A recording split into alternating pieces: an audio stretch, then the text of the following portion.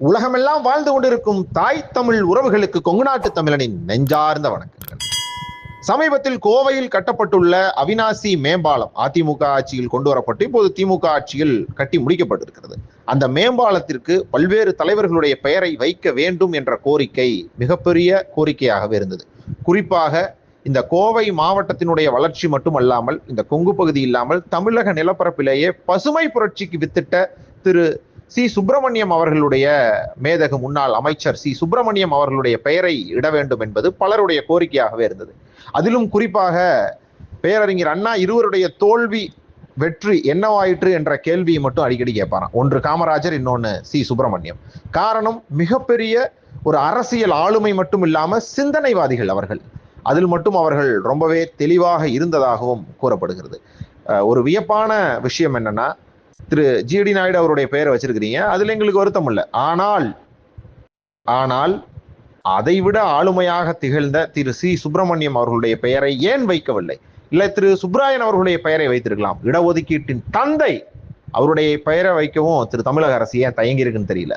முத்துராமலிங்க தேவர் முத்துராமலிங்கம் ஆயிட்டாரு, சிதம்பரம் பிள்ளை சிதம்பரம் ஆயிட்டாரு. இப்படி பல்வேறு சமூகங்களுடைய சமூகத்தின் பெயரை எல்லாம் அப்படியே சுருக்கி வெட்டி நறுக்கிட்டு இருக்கக்கூடிய தமிழக அரசு, முற்போக்கு சிந்தனை பேசக்கூடிய அரசு, ஜிடி நாயுடு அவர்களுடைய பெயரை மட்டும் எதுக்கு நாயுடுன்னு சேர்த்து வச்சிருக்கீங்கிற கேள்விதான். நாயுடு சமூகத்தின் மீது எங்களுக்கு பல்வேறு மதிப்பும் மரியாதையும் உண்டு. கோவை மாநகரம் வளருவதில் அவர்களுடைய பங்களிப்பும் உண்டு.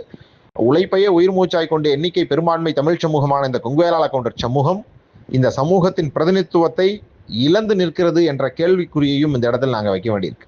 ஸோ இப்படியே இந்த நிலை நீடித்து கொண்டிருந்தால் இந்த பகுதியில் வாழக்கூடிய பிற சமூகத்தினுடைய வாக்குகள் எல்லாம் என்னவாகும்?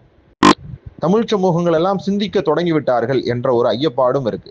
கோனார், நாடார், கவுண்டர், பறையர் போன்ற தமிழ் சமூகங்களுடைய பெயர்களை எல்லாம் மறைத்துவிட்டு தெலுங்கை தாய்மொழியாக கொண்ட சமூகங்களுக்கு மட்டும் அந்த சமூகத்தின் பெயரையே சாலையில் பெயராக சூட்டுவது எல்லாம் என்ன அப்படிங்கிற கேள்வியும் மக்கள் மனதில் எழுந்திருக்கிறது. ஸோ இந்த நிலை மாற வேண்டும் என்றால் தமிழக அரசு மறுபரிசீலனை செய்ய வேண்டும். அதை தான் இந்த இடத்துல சொல்றோம். இல்ல கோவை கோணாக கோவை மண்ணின் புரட்சிக்கு வித்திட்ட தீரன் சின்னமலை கவுண்டர் அவர்களுடைய பெயரை வைங்க, ஏன் அதை வைக்க மாட்டேங்கிறீங்க? இதெல்லாம் கேள்வியாகவே இந்த கணத்தில் நாங்கள் வைக்க வேண்டியிருக்கிறது. இந்த செயல்கள் எல்லாம் ஆளும் தரப்புக்கு மிகப்பெரிய ஒரு சவாலாகவே கொங்கு பகுதியில் மீண்டும் அமைய போகிறது என்பது வெட்ட வெளிச்சமாக தேர்தல் கணக்குகள் வரும்போது மக்கள் புரிய வைப்பார்கள் அவருடைய வாக்களிப்பின் மூலமாக என்பதை மட்டும் இந்த இடத்துல பதிவு பண்ண விரும்புகிறோம். இத்தகைய செயல்களை ஆளும் தரப்பு தயவு கூர்ந்து மாற்றிக்கொள்ள வேண்டும் என்பதுதான் மக்களுடைய கோரிக்கை. எல்லாத்தையும் ஒரே கண்ணோட்டத்தோட பாருங்க. நாங்க யாரையும் பிரிச்சு பார்க்கல, பேசும் மொழியால இருக்கக்கூடிய வாழ்வியலால.